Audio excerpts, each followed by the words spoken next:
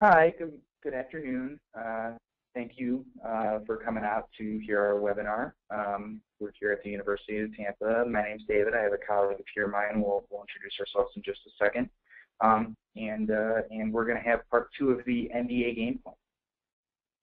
So as I said, my name is David Adams. I am a graduate admissions counselor. I work in the Graduate and Continuing Studies office at the University of Tampa. And there's my email below if you want to email me. And my colleague. Hi, my name is Sasi Goldstein, and I am also a graduate admissions counselor here in the Office of Graduate and Continuing Studies. And my email is also down below if you would like to contact me. Okay. So just a real quick introduction. There's actually a shot of our campus's future building, Plant Hall, in downtown Tampa, which is where we are located. Just a quick rundown about our school, just a little bit about it. We're located in downtown Tampa, Florida. For those of you who aren't familiar with the U.S., Florida, we've highlighted in red on the map. It's in the southeast corner of the U.S., and we are actually in the middle of the state, basically on the Gulf side where the Gulf of Mexico is. We are an AACSB accredited institution, and we have several different business programs. We offer an MBA. We have an executive MBA program. We offer Masters of Science in Accounting, Finance, or Marketing, and we also have a graduate certificate in nonprofit management. If any of you are interested in learning a little more about us, you can feel free to go to our website. It's www.ut.edu, or you can send an email to Sasi, myself, or utgrad@ut.edu. We've also provided our phone number if you want to call. So, MBA Game Plan Part 2. We're going to teach you how to master the application process. So, for those of you who attended our first session, the Game Plan Part 1 went over selecting your school, so we went over information on how to, kind of narrow down your school search based on, your test scores or your GPA, or geographic location, things like that. So this is going to talk about after you kind of selected the schools that you want to apply to, how to submit the best possible application. So just a brief rundown of the things we are going to talk about. We have some general requirements that many schools are going to look for in an application. We're going to go over ordering your official transcripts, structuring your professional resume to make it appealing to the program you're trying to get into. We're going to talk about the letters of recommendation, who those should be from, the format that schools are looking for, things like that. Personal statement, we're gonna break down how you should kind of format it based on what the school is looking for. And then we're going to talk about the taking the GMAT or the GRE, the scores you're looking for, what kind of test you should take, and how you should decide which test to take. And then, of course, finally submitting the final application. And we added a bullet point on here, scheduling a campus visit, because although we went over figuring out the schools that you like, we would definitely recommend that once you've applied and you feel like you really want to go to that school, if you haven't had a chance to visit and you have the opportunity to schedule a campus visit, just to make sure, choosing a graduate program is a huge step in your life, and you're going to be there for the next 2 years. So to get there on campus to make sure it's what you love is important. Okay, so the first thing is to order your official transcripts. We feel that you should probably make that the first task to complete, because sometimes it can actually take a bit of time to get the transcripts from your undergraduate institution over to the graduate school that you're looking for. It's safe to allow at least 2 weeks for the request to be processed and to be sent off and received by the school that you're applying to. So that's just important to give yourself a buffer time, depending on the term you're trying to get in. Allow enough time for your transcripts to get there. It's also important to realize that many schools actually charge a fee to order official transcripts, so you need to be prepared to pay that. One tip on that: ask your school if they have an electronic transfer service that will allow them to electronically transfer the transcripts to the school that you're applying to. This actually will make it go much faster. And then it's also important to know that with your transcripts, when you order official transcripts, if you pick them up and you tamper with the seal in any way, they're going to be considered unofficial at that point, and school will not be able to accept them as official transcripts. So if you do pick up your own official transcripts, it's important to remember not to open them. Some schools will accept unofficial transcripts as far as just do an initial evaluation and get you an initial decision. UT, I know we do that here. However, you are going to have to get official transcripts at some point. So depending on how fast you're trying to get in, the terms start. You know, sometimes if a school will accept unofficials just to make a decision, it's good to have those on hand as well. Okay, so now we are going to talk about the resume. Resume, as the name states, should be extremely professional. It should highlight all your professional experience, but it should also, you should really only include all that is relevant. You don't want to, you know, give superfluous information that the school and or an employer would deem completely unnecessary. You want to include your academic experience as well as your professional background. And when you're putting it together, you really want to make it look perfect. You want to check at least 3 times for typos and spacing errors. You want all the fonts to be the same. You want uniformity throughout.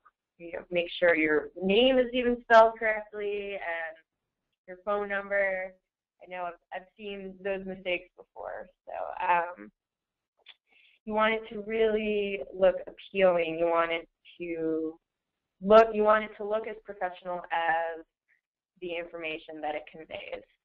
And you have to just make sure that everything on it is relevant, and you don't want to inundate who's ever reading it with information that they might simply just not find important. So, and then the next is, number 3 is letter of recommendation.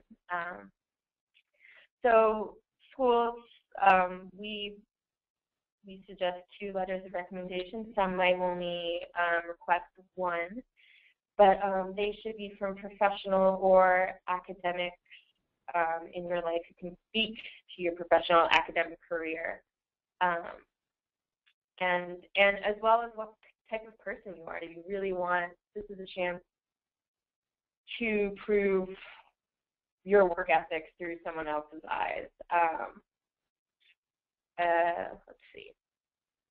You really want them to be able to explain why you are a good fit for whatever program you hope to apply for. And make sure that when your recommender is filling out your letter, that they follow the proper guidelines for whatever school you are applying for. Some might have a form online, some might have specific fonts and specific spacing that they require. You really want to make sure, like, everything else that you're submitting is perfect and adheres to all guidelines. Number 4 is the personal statement, which many of you might have seen in undergrad. All schools have different guidelines. Ours, we suggest, is 500 to 1,000 words. Some might have a minimum, some might have a maximum, but make sure you follow the guidelines very specifically. Your personal statement, like it was in undergrad, is really your chance to show that you are more than what is written on the paper, through your scores and any kind of test you've ever taken. It's a wonderful opportunity to really represent yourself in the very best way. You can elaborate on what's in your resume, and in your letters of recommendation if you've been afforded the opportunity to see them, but you certainly shouldn't repeat. This is a chance to say something different, and you should really take advantage of that.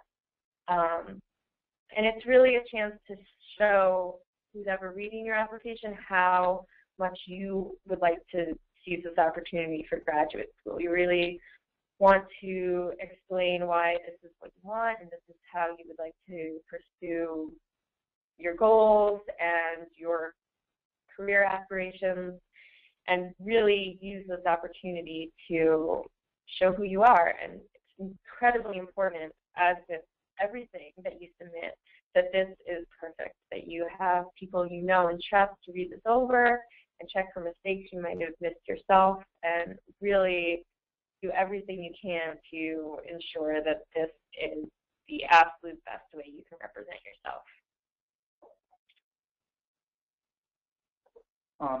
So I'm going to talk about taking the GMAT or GRE. I'll give a little bit of information on the test and then kind of talk about some good planning.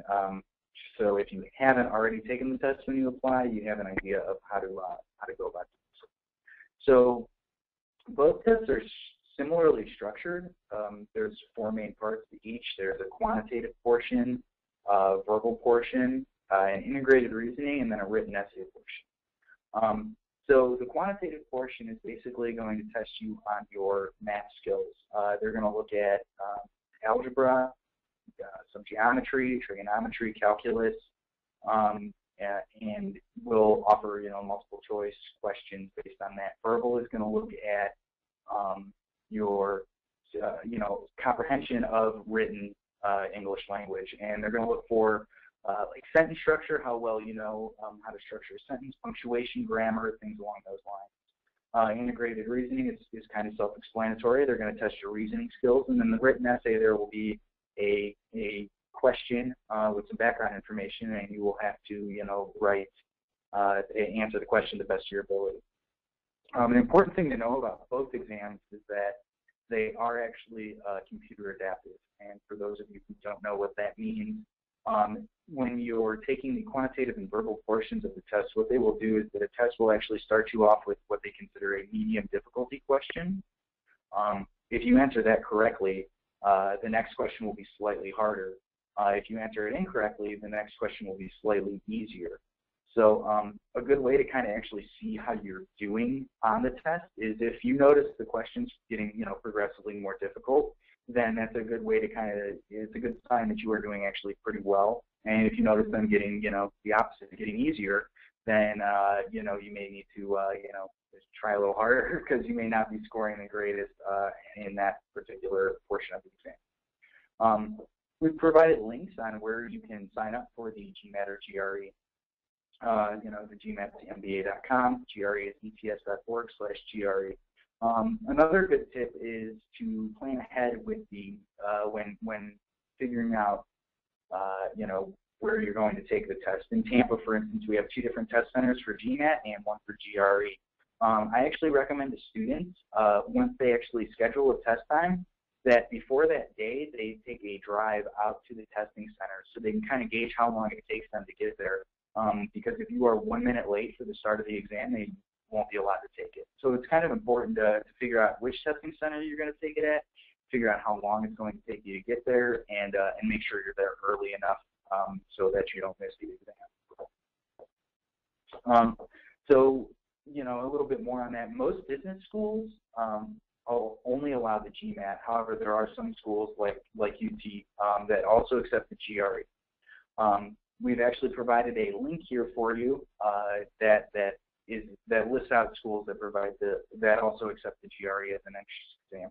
So it's important that when you're going through the application process, you speak with an admissions counselor and you ask, which test they accept, or will they accept both, and do a little bit of research on those tests to figure out which one you may actually perform better at if the school that you are applying to does accept both. Some other quick tips on the GMAT and GRE. For many students who are applying to graduate school, this is the hardest part of the application process. You definitely want to allow yourself enough time to study. From what I've read and heard, about 90 days is a good amount of time.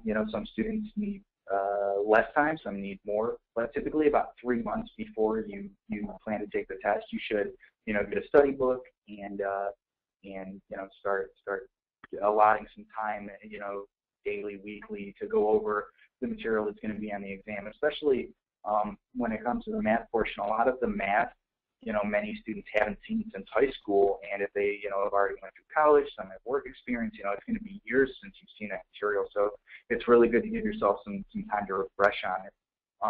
A lot of schools do offer GMAT prep courses, and there's a lot of outside institutions that offer GMAT prep courses or GRE prep courses. So, if you really think you're going to have a difficult time, that may be another idea for you to help you perform better on the exam.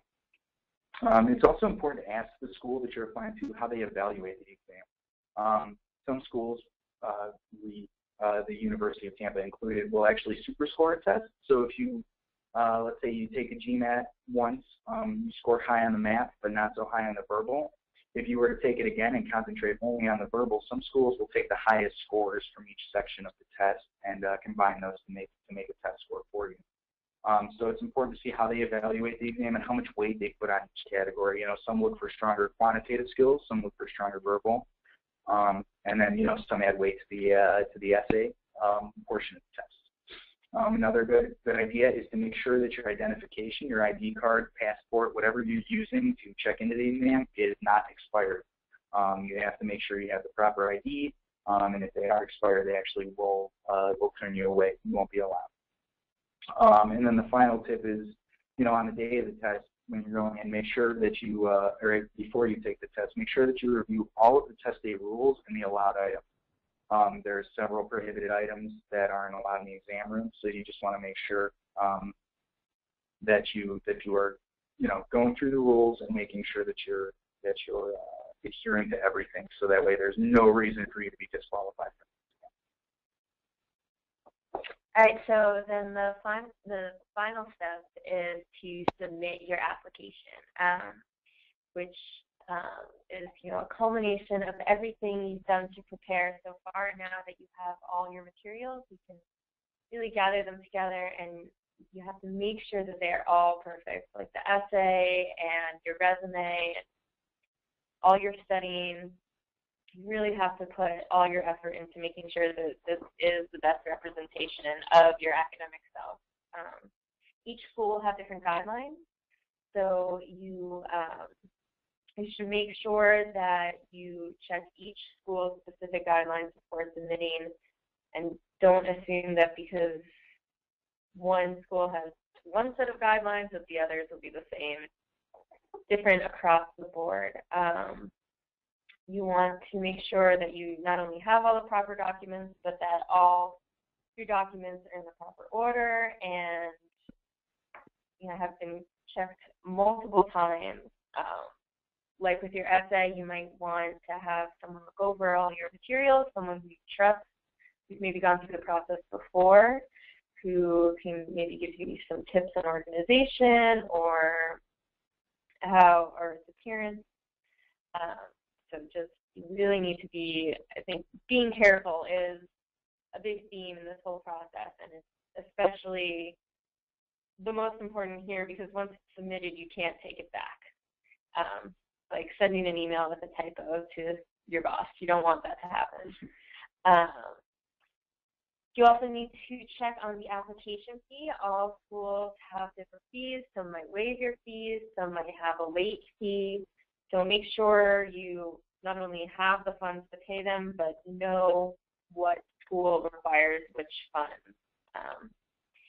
Just another thing about being careful when you're submitting your application. And once you have everything ordered and set and in its proper place, you're good to go.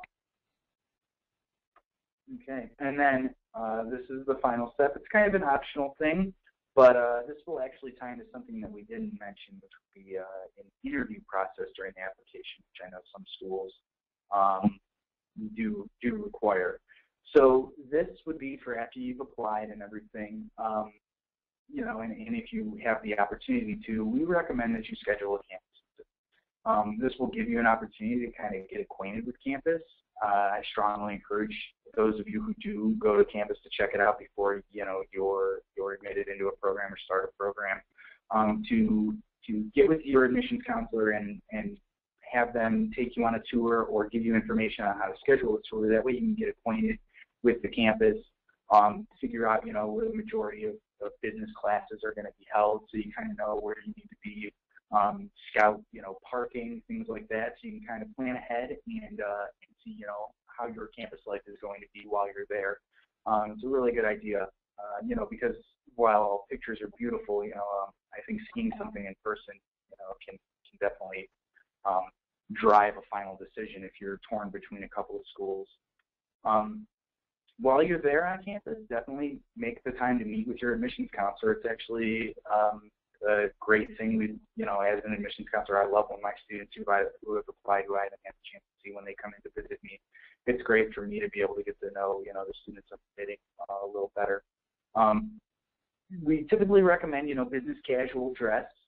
It's your first impression with the admissions team and just on campus. You don't know if we're at faculty or anything like that. So it's a good idea to kind of dress. Gym shorts are discouraged.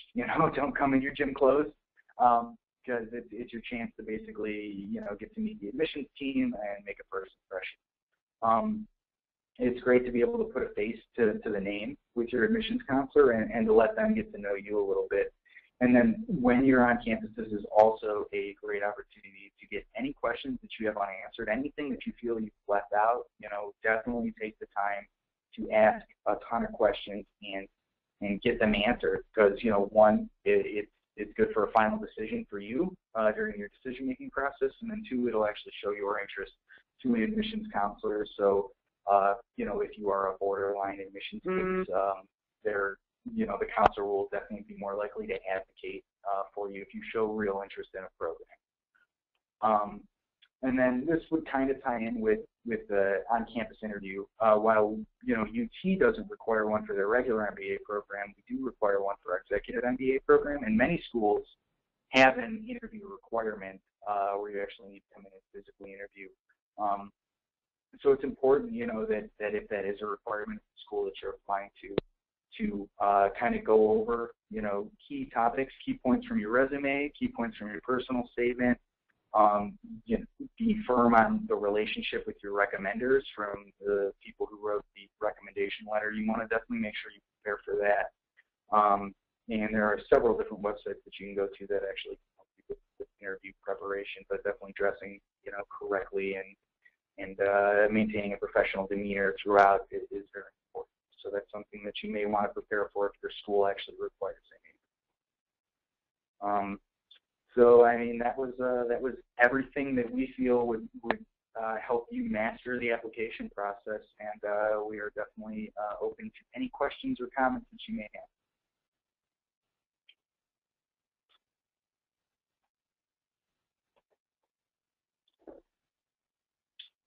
Can you give us an example of how to showcase leadership skills?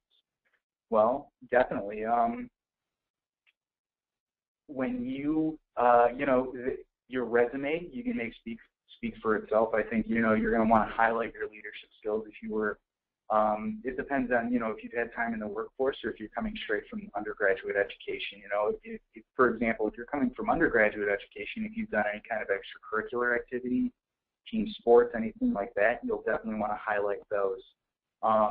If you, have been in the workforce for a few years and now are deciding to come back and get a graduate education, then any kind of leadership role that you've had while in the workforce and, during your undergraduate, you would want to highlight that, on your resume, in the personal statement.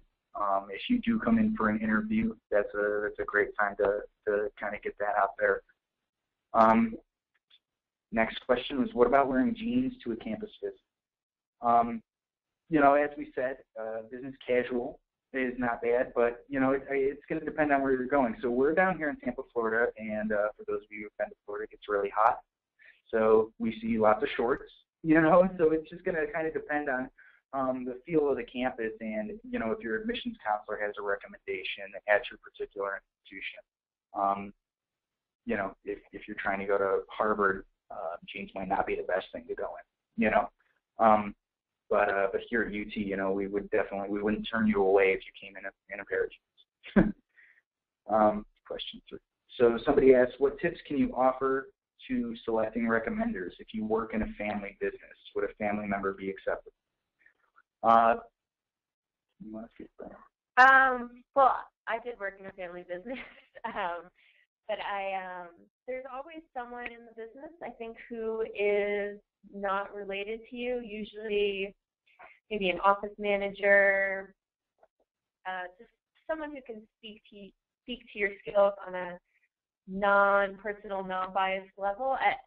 I suppose if you're in a situation where that isn't an option, then I would maybe explain that in your personal statement and explaining your past business situation, but I would really try to seek out someone in some sort of higher position and within the company who isn't related to you, who would still speak well of you in a letter. Yeah, and I can't speak to what other schools would accept, but I can tell you that at UT, we have a strict no friends, no family kind of policy when it comes to those recommendation letters. So, if you do work at a family business, then as Sasi was saying, you'll want to find somebody outside the family who can recommend you, because there's obviously that bias there, and we want kind of an objective opinion of the candidate as a student, as a worker, that sort of thing. The next question, somebody asked, what are the points I need to consider when preparing my resume by which I can get an edge over the other candidates? That's actually a pretty good question. So it kind of would tie into the question before, how to showcase your leadership skills. So any kind of unique work experience, any kind of business-related work experience that you have, and it's going to be program dependent. So if you're applying for an MBA program, if you have some sort of managerial experience, or even, academically, if you were, put in charge of some group project and, you ended up getting an A or something like that, if you can highlight any type of business-related experience, that is kind of how you can get an edge. Also, unique to life experiences. If you, traveled abroad and done some sort of, charity-related thing, or traveled abroad and just had a unique experience over, depending on where you're at overseas. For us, it would be Europe or Asia. For you, it may be coming to America. Highlighting anything like that can kind of set you apart from other candidates is always a good idea. And then, of course, you want to show proficiency in, quantitative skills. If you can highlight your quantitative or verbal skills, that's always a plus, because a lot of business schools want to see that you have a strong foundation in math. So if there's a way to do that, that's a good way to get an edge over some other candidates.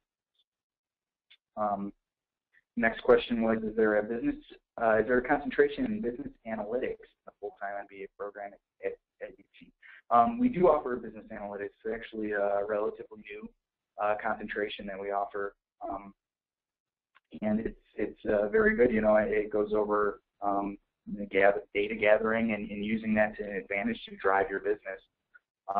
It's a concentration to the MBA that we offer, and it's 12 additional credits on top.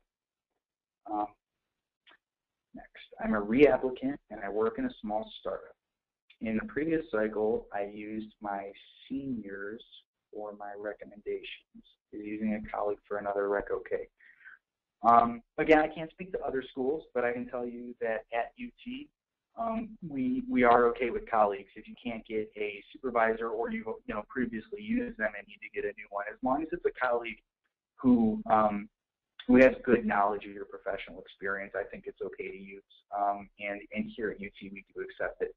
But again, that's going to be school dependent, so you will definitely want to check with the admissions counselor who you're working with to see kind of what their standard is on the recommendation letters. Next question, UT related. What is the tuition cost of full-time MBA at Tampa, and what's the approximate estimate of living expenses, including housing and meal plans for full-time? So our tuition cost, we charge by the credit hour. It's $573 per credit hour, and there is also by semester a $40 student service fee. So that's going to be your only cost for tuition fees. As far as the total cost for education, it's going to depend on what your undergraduate degree was in and your level of business experience. So we have, like many business schools, what we call foundation courses, and those are for people who either do not have a business background or have a business background but maybe didn't perform well in some of the classes. So these foundation courses, some students are eligible to waive out of them, which would lower the overall credit requirement. So the average total cost for education is typically between $23,000 and $34,000, depending on how many credits are required for the individual to graduate. And then as far as cost of living, it depends on if you're on or off campus and your location. So on campus, I believe for a dorm for graduate students, it's about $5,000, and then there's a meal plan included, which I think is $1,100 or something along those lines. But if you'd like, because I don't know the cost of living off the top of my head, if you would like, you can email me, and I would be happy to answer that for you once I look it up. The next question, what advice can you offer for mitigating a low GMAT score? So that's also a good question. You know, many people aren't strong test takers and can take a test, you know, 2-3 times and still, unfortunately, get a low score. If that's the case, then you would want to highlight your academic and professional achievements. You know, if you are stuck on a GMAT or GRE just with a low score and you've taken it more than once and you just can't get it up, what you would want to do is, you know, try and work with your admissions counselor, see if they offer any kind of conditional acceptance if it's below what their requirement is. And then again, highlight professional work experience if you have, you know, a lot of business experience, or if not, you know, highlight your academic achievements, extracurricular achievements, things like that. You know, anything you can do to take the focus away from that GMAT is definitely recommended. Next question, what do business schools like better? Work experience at a big known company but not a very challenging job profile, or a small company with a better quality job profile? That's an interesting one. I guess, you know. I mean, I would say, I guess it really does depend on what kind of job profile you'd be referencing, but you'd always want to have the better job, no matter what company it's at. You know, a CEO job at a small company is better than a mailroom job at PwC. So I think it's just very specific to what you're looking, you know, what it is that you're comparing, and you know, the better the job, the more of a chance you have of standing out. Yeah. And again, you know, can't speak for every school, but I can tell you that at UT, we don't look so much at the firm. I mean, of course, you know, if you're at a flashy firm, that's going to draw our eye. But we're looking at the responsibilities while you're at the job and the important business skills that you picked up at that job. So that, I think, I would focus better on the quality of the job you had than the firm when it comes to a resume. Definitely highlight the skills that you picked up there. Next question, is there a cost difference for international students? At UT, there is not. International tuition for the graduate program is the same. We're a private institution, so some state schools do have cost differences. For international students, we personally do. Next question. I do not have strong extracurricular activities, like working for a nonprofit. Any suggestions on how I can improve the same in the next few weeks? Well, that is, again, going to depend on the school and how much weight they're looking at. You know, many schools take what they call a holistic approach to an application, where they actually want to see some extracurricular stuff. It's not all just about the academics and the entrance examination. UT is one of those. If you have, you know, if you're looking to improve it in the next few weeks, I mean, my advice would be, I don't know, maybe try and volunteer somewhere. You know, but that's a tough one. You know, there's a way you can go back in your past and think about any extra stuff that you've ever done. You know, even if it might have been a class-related outing, you know, that you can dress up on the resume to make look, you know, a little more appealing. That would be a good idea. But as far as in the next few weeks, if you're in a rush to get some extracurricular stuff, I would say Salvation Army. There's one almost in every city in the U.S., and they all have soup kitchens, so you could go get some volunteer time in there. Yeah, I think longevity to extracurriculars is the key. So the more you can dig up something that's from your past that you think might enhance your resume. Yeah, I agree. Definitely, they're not looking to see somebody who rushed and just did some stuff last minute. Next question. In the full-time MBA program, are there internships available? UT specific, yes, we offer several different internships through our career services office. They're a great resource, as I'm sure, you know, on many campuses they are. But here at UT, yeah, they're definitely open to students and encouraged. Personally, in the graduate program when I was attending, I got to do an outstanding semester-long research, an internship. We did research for a wealth management firm. We did a strategic business analysis and looked for new markets that they could get into, and it was amazing. And it was a pretty big financial advising firm. I was on a team with six other MBA students.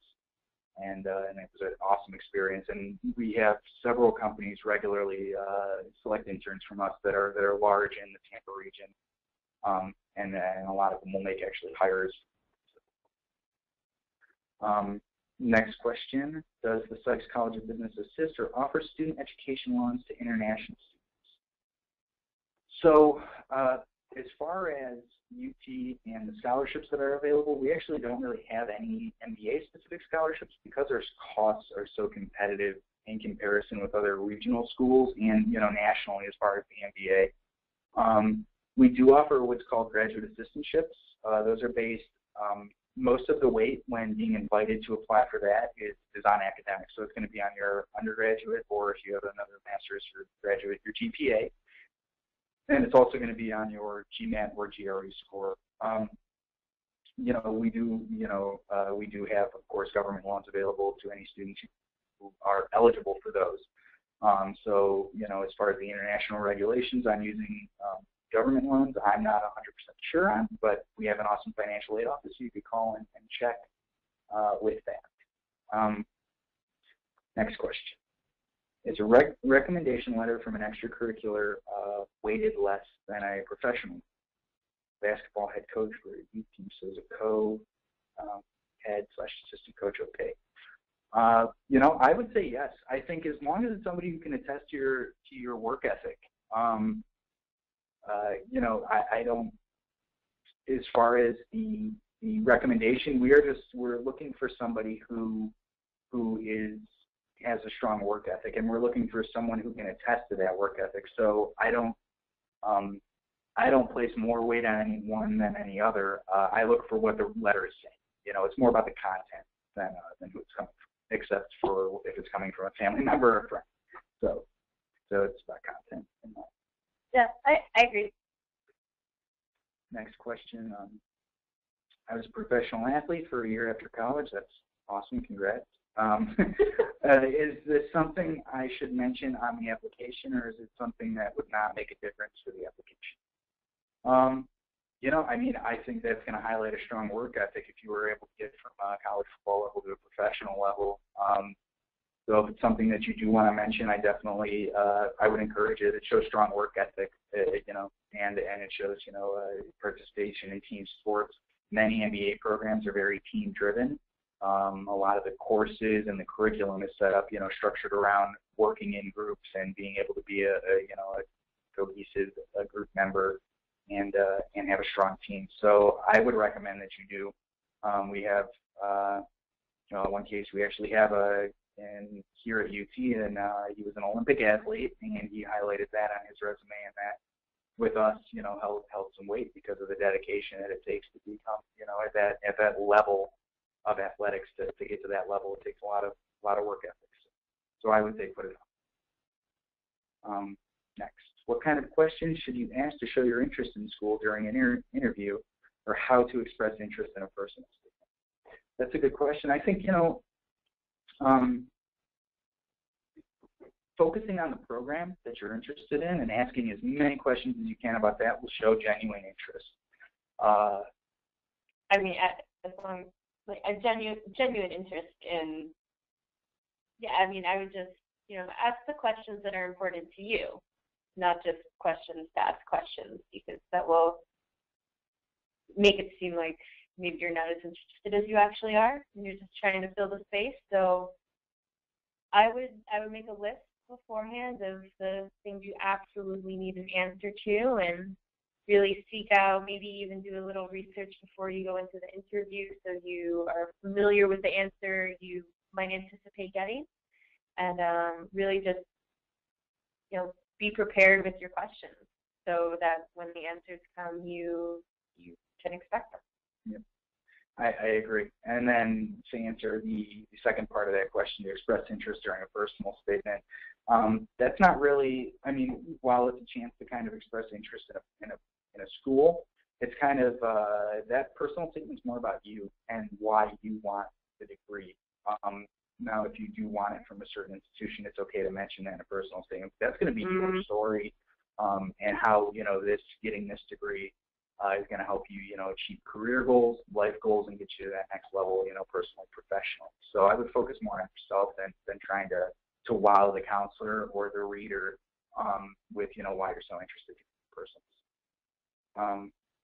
Do first year students qualify for the graduate assistantships, and how much do they typically cover? So again, I can't speak to other schools and what their sort of financial aid packages are. I can tell you that during the application and admission process, that's actually when the evaluation begins for graduate assistantship programs at UT.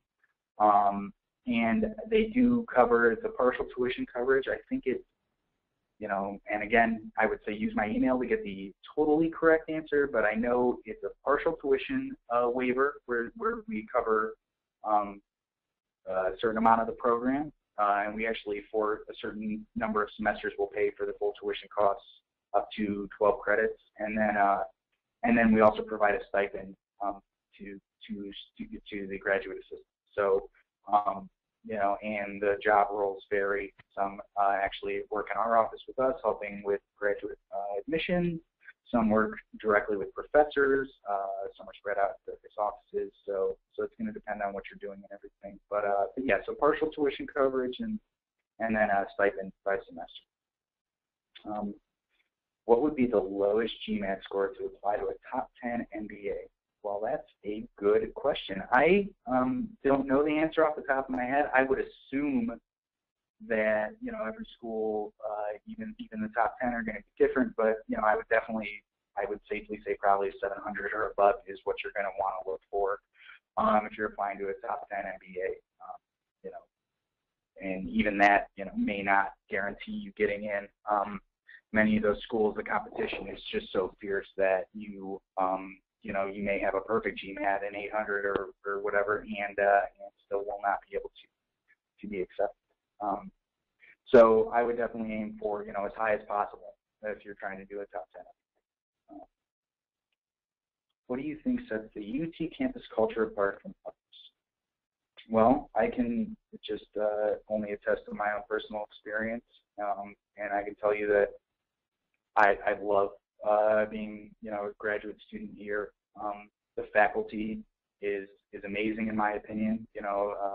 Many of them have doctorates in their area of study, and then many of them have actually real professional experience before they, heard the call to come teach and came to teaching. So the relationship I've developed with faculty, and then, what I've learned from my peers in the program has been amazing.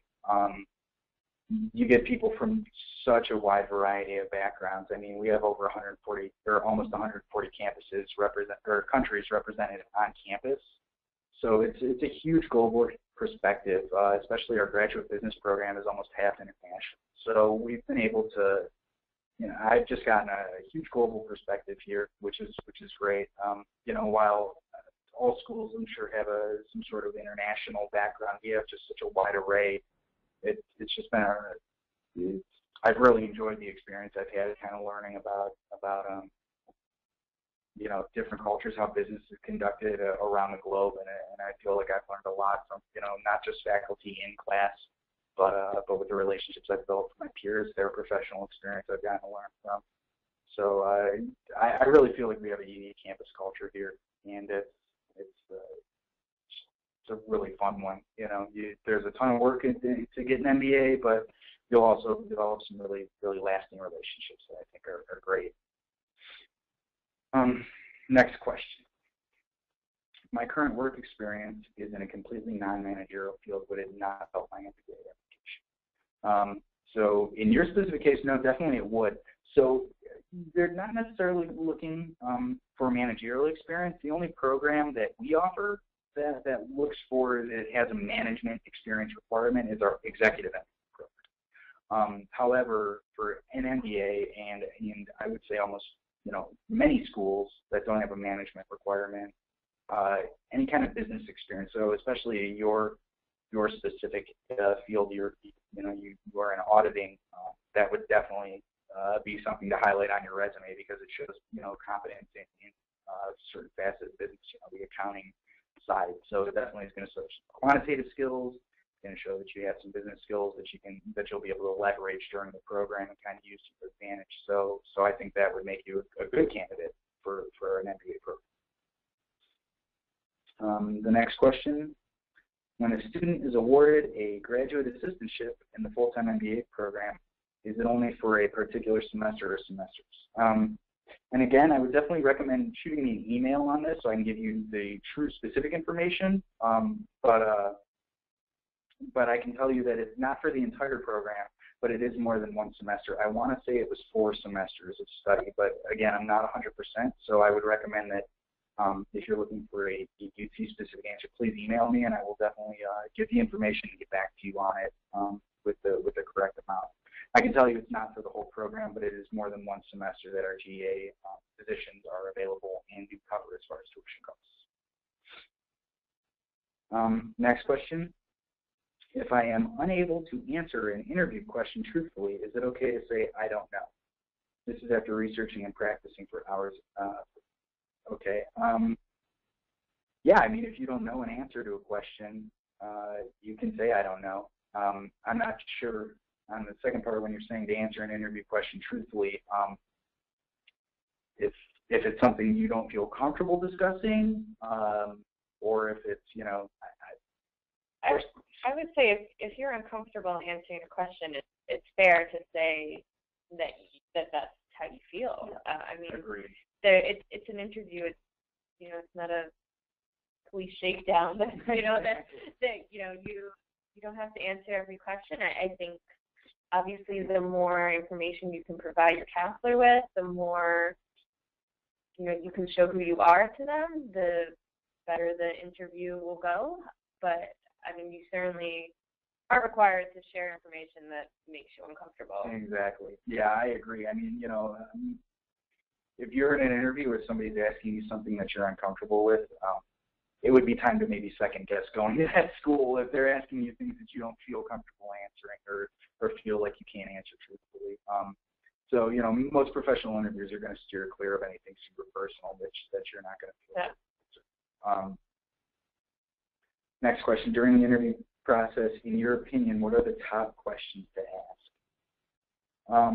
Well, that's going to depend. On our side, we want to know, the top questions we're going to answer in the process are about your professional background, maybe a little bit about yourself, nothing too personal, but, just some general background information about yourself, your undergraduate studies.